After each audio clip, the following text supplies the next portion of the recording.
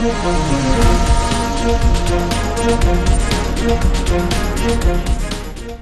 unang pagbabaga ng balita, Bagyong Christine nag-asik sa Barangay Pritsa, Calamba, Laguna. At ito po si Yuan para ihatid ang kwento. Yuasok!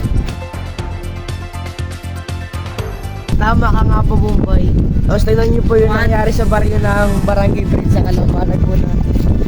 Tapos, doon naglalakad lang yung mga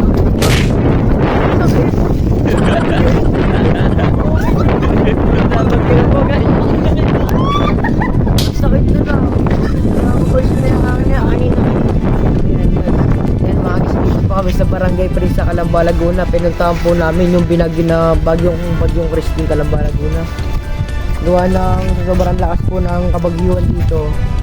Yung ba talaga yung puno. Ito po yung may-ari ng parkingan po. Yung mong, ano masasabi nito? Po, wala na. Ay, parkingan, tira na.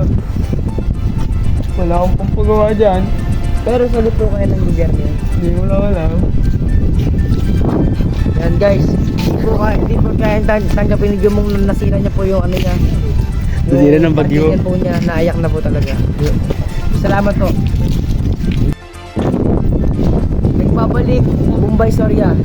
Pasok. At ayun na nga ho, mga kababayan, ang mais na balita. Salamat sa manonood.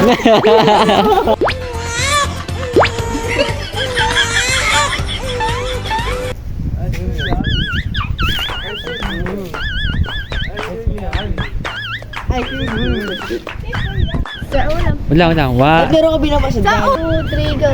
Sa ulan ng pagbabaga. Action. Kuya Bombay. Nakakita na po. Nakakita na mga kababayan. 1, 2, 3, action! Yan, tama nga naman po. Yan, tama po si Bombay. Game 1, 2, 3,